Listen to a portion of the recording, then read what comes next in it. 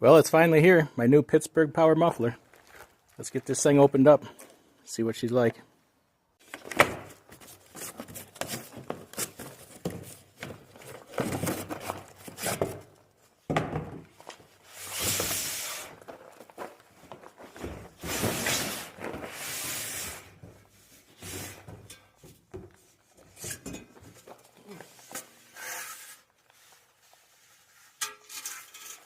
Well, it's definitely a little heavier than I thought it would be, but I think it's going to work well.